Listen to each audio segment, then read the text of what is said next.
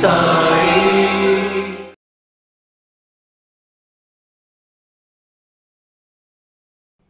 వెంటనే okay, approved. అప్పుడు జరిగిన సంభాషణ ఇదంతా చూడండి. అంటే నిజంగా ఇక్కడ మీలో ఎవరైనా లాయర్స్ ఉన్నా కూడా అర్థమవుతుంది, లీగల్ టెర్మినాలజీ తెలిసిన అర్థమవుతుంది. ఎప్పుడు ఎన్నడూ ఒక మెజిస్ట్రేట్ వచ్చి స్ట్రైట్గా విట్నెస్ దగ్గర కూర్చొని విట్నెస్ చెయ్యడు ఎటువంటి పరిస్థితుల్లో. This is highly impossible in judicial. అది చేశాడు బాబా, జరిపాడు బాబా అంటే ఎంత గొప్పవాడో సాయిబాబా మనకు అర్థమవుతుంది అక్కడ. మెజిస్ట్రేట్ వచ్చాడు. మరి అప్పట్లో ఫోన్లు లేవు, టీవీలు లేవు, యూట్యూబులు లేవు, ఫేస్బుక్లు లేవు, పాస్బుక్లు లేవు, ఇట్టా అంటం లేదు. ఇవాళ రోజులు మారిపోయినాయి. ఎవడింటికి పోయినా వేలు పైకి కిందికి పైకి కిందికి పైకి కిందికి పైకి కింది. ఏమిట్రా అంటే ఆ స్మార్ట్ ఫోన్ పెట్టుకోవటం, ఇట్టా అంటాం. విచిత్రంగా మారిపోయింది. వాట్సాప్ వాడతారు. భర్త ముందు రూమ్లో ఉంటాడు, భార్య వంటింట్లో ఉంటుంది. భర్త పంపిస్తాడు, టీ సింబల్ వేసి 2 అని పెడతాడు పక్కన. అది వంటింట్లో భార్యకు పోతుంది, షుగర్ సింబల్ వేసి స్పూన్స్ పెట్టి హౌ అని పెట్టి ఎన్ని, వెంటనే 2 3 ఏమైపోతుందండి బాండింగ్? ఎక్కడికి పోతుందండి వ్యవస్థ? దాని దుంపదేగా. ఇంత బతికి సెల్ ఫోన్ మీద మన జీవితం. ఇది డెవలప్మెంటా? Is it development? Is it technology? Not at all. DNA problems రాబోతున్నాయి మనందరికీ. మనం అదృష్టవంతులు. మీకు తెలుసా, మానవుడు కోతి నుంచి జనించాడు. కోతికి తోకతో ఉపయోగం లేక నెమ్మదిగా అది కనుమరుగై తోకపోయింది మనిషికి. డిఎన్ఏ ఫార్మేషన్ ఒక బేబీ కడుపులో ఉన్నప్పుడు మనకు తెలుస్తుంది. ఏ పార్ట్ యూసేజ్ తగ్గుతూ ఉంటుందో అది కనుమరుగైపోతూ ఉంటుంది బాడీలో. సో ఈ 4 వేళ్ళు 3 వేళ్ళ యూసేజ్ తగ్గి 1 వేలు ఉందనుకోండి, నాకు తెలిసి రాబోయే 10 సంవత్సరాలలో పుట్టే బిడ్డలకు ఈ వేళ్ళన్నీ దగ్గరైపోయి ఈ 1 వేలుతోనే పుట్టడం 100% షూర్. పెను ప్రమాదం రాబోతోంది. ఈ రోజున 2 సంవత్సరాల చిట్టి పిల్ల, 2 సంవత్సరాల ఒక పిల్లవాడు మనవడు, వాడు సెల్ ఫోన్ ఇస్తే వాడు యూట్యూబ్ పెట్టుకుని వాడు పాటలన్నీ టింగ్ టాంగ్ టింగ్ టాంగ్ టింగ్ టాంగ్ టింగ్ టాంగ్ టింగ్ టాంగ్ టింగ్ టాంగ్ టింగ్ టాంగ్. ఈరోజు వాడు డింగ్ డాంగ్ పుస్సీ క్యాట్. 6 ఏళ్ళకి డింగ్ డాంగ్ పుస్సీ క్యాట్. 9 ఏళ్ళకి క్యాట్ కాస్త ఏమవుతుందో ఒక్కసారి ఇమాజిన్ చేయండి.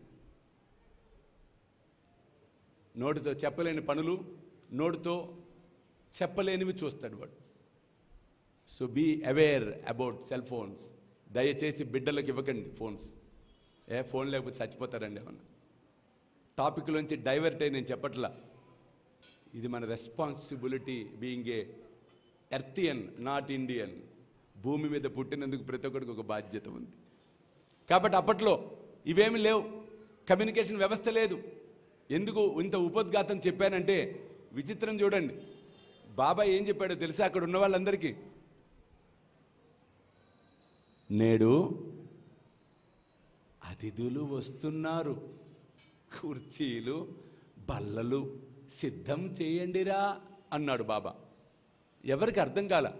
అతిథులా? ఎవరి అతిథులు? బాబా అన్న గంటకల్లా మెజిస్ట్రేట్ బృందం అంతా దిగింది అక్కడ. ఆయన సర్వజ్ఞత చూడండి ఒకసారి. ఆయన సర్వజ్ఞత ఎంత గొప్పదో చూడండి. జరిగినది, జరుగుచున్నది, జరగబోయేది సర్వము ఆయనకి ఎరుకే.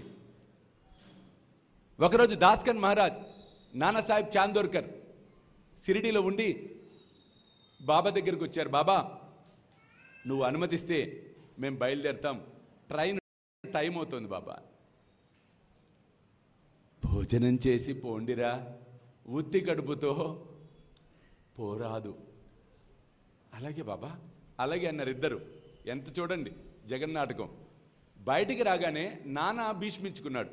బాబా చెప్పాడు కదా, గను భోజనం చేసే పోదాము. గను ఏమన్నాడు? నువ్వు పిచ్చోడా, 1 గంటకి 2ంటికి ట్రైను, మనం మన్మాడు పోవాలి, మన్మాడులో ఎక్కాలి. అమ్మో నాకు పనుంది, నువ్వు కూర్చుంటే కూర్చో, నేను పోతాను వెళ్ళిపోయాడు గను. నాన్న ఏం చేశాడు? బ్రహ్మాండంగా ఉన్నాడు. మంచి కిచిడి చేశారు, సాంజా చేశారు, సిరా చేశారు, కడుపు నిండా తిన్నాడు నాన్న. బేవ్ అంటూ ఇక్కడ దాకా వెనకడికి సామెత ఉంది కదండి, డైనింగ్ టేబుల్ కింద కూర్చుంటే ఇంతవరకు తింటాంట, డైనింగ్ టేబుల్ మీద కూర్చుంటే ఇంతవరకు తింటాంట. అందుకని కింద కూర్చొని తింటే మంచిది. నాన్న చక్కగా కడుపు నిండా తిన్నాడు, టాంగా ఎక్కాడు, మన్మాడ్ స్టేషన్ పోయాడు. టెన్షన్ ఏం లేదు ఇతనికి, ఒకటే అనుకున్నాడు, పోతే పోని రైలు, ఎందుకు చెప్పాడో బాబా. తీరా అక్కడికి పోయేటప్పటికి కడుపును అబ్బా అంటూ ఒక ఆయన కూర్చొని ఉన్నాడు అక్కడ. ఆయన ఎవరు? దాసగన్ మహారాజ్. ఇప్పుడంటే అన్నీ ఉన్నాయి, కర్రాలు, కుర్రాలు, కురుకుర్రేలు, బుర్బురేలు అన్నీ అమ్ముతూ ఉంటారు స్టేషన్లో. అప్పట్లో ఏముండేవి? మూట కట్టుకోవటం, జొన్న రొట్టెలు చంకలో పెట్టుకొని పోవటమే. గను పరిస్థితి కడుపు నొక్కుంటున్నాడు. ఇప్పుడు వాటర్ బాటిల్స్ కూడా లేవుగా అప్పట్లో. నాన్న వెళ్ళాడు, ఏం గను ఇంకా ట్రైన్ రాలా అన్నాడు. ఇంకా కడుపు మండిపోయింది. ఇటు దుంపదగా ఇటు ఫుల్గా తిని